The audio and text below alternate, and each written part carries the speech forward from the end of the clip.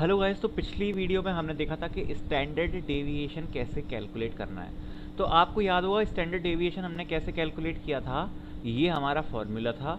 तो standard deviation का formula था under root summation of X minus mean का whole square divided by N.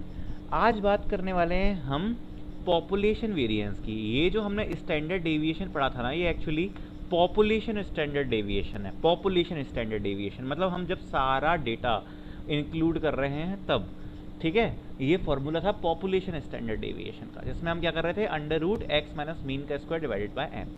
अब अगर मैं बात करूं पॉपुलेशन वेरिएंस की, तो उसमें कोई भी डिफरेंट नहीं है, बहुत ही इसी चीज़ है। बस आपको क्या करना है कि इसका स्क्वायर कर देना है। तो स्टैंडर्ड डेविएशन का स्क्वायर इक्वल्स टू क्या होगा, ये रूट हट जाएगा बस।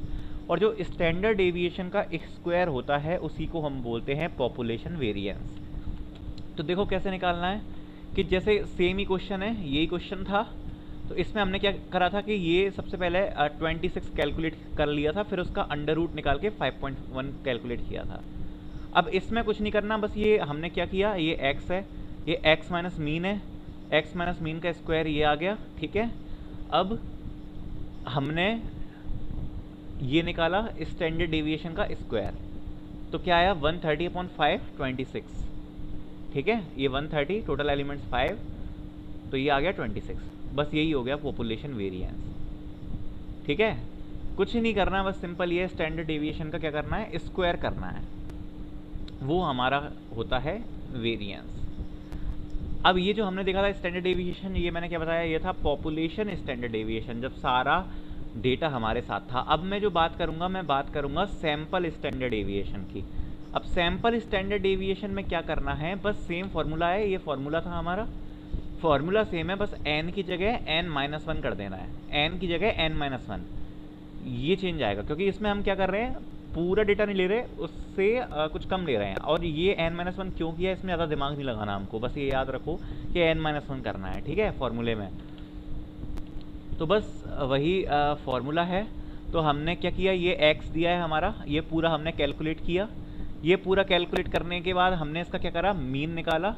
मीन निकालने के बाद हमने मीन से डिस्टेंस देखी क्या आ रही है, x माइनस मीन करके।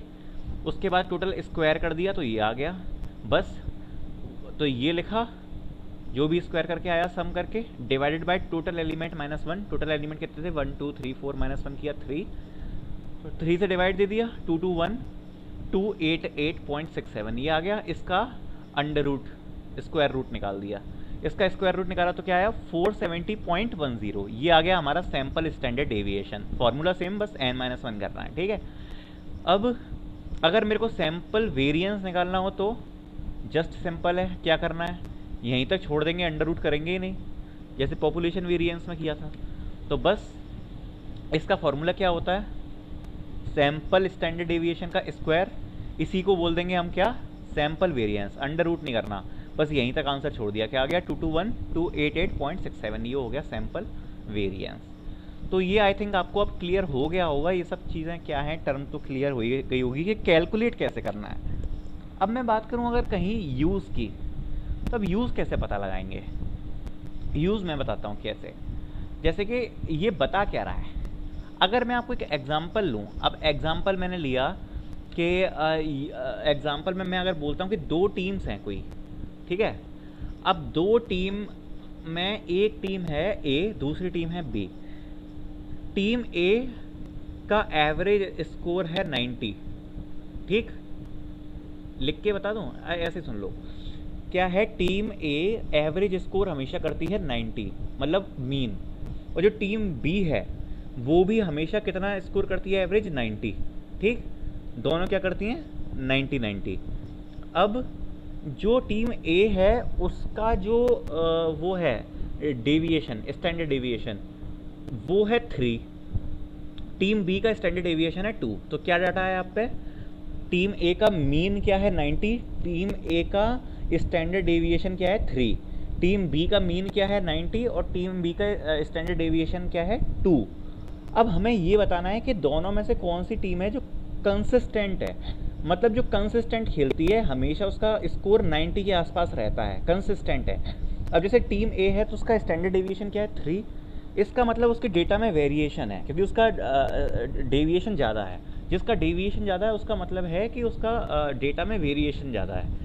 जो टीम बी है उसका स्टैंडर्ड डेविएशन कम है, 2 है, इसका मतलब ये है कि उसके डेटा में वेरिएशन कम है। तो हम ये कह सकते हैं कि जो टीम बी है जिसका हमने स्टैंडर्ड डेविएशन कैलकुलेट किया है वो ज़्यादा कंसिस्टेंट है। तो ये हमें एक चीज़ एप्लीकेशन मालूम पड़ गई, ये मैंने एग्जांपल के थ्रू समझाया कि स्टैंडर्ड डेविएशन से क्या कंसिस्टेंसी हमें पता चल जाती है।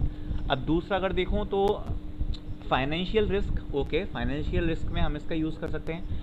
अब फाइनेंशियल रिस्क में कैसे कर सकते हैं यूज़, मैं बताता हूँ। अब जैसे कि ये फाइनेंशियल सिक्योरिटी है ए एंड बी, ठीक है, 2 फाइनेंशियल सिक्योरिटी है। अब दोनों का जो जब हमने मीन निकाला इन्वेस्टमेंट का सिक्योरिटी पे, तो दोनों का मीन जो निकला वो निकला है 15%, ठीक है।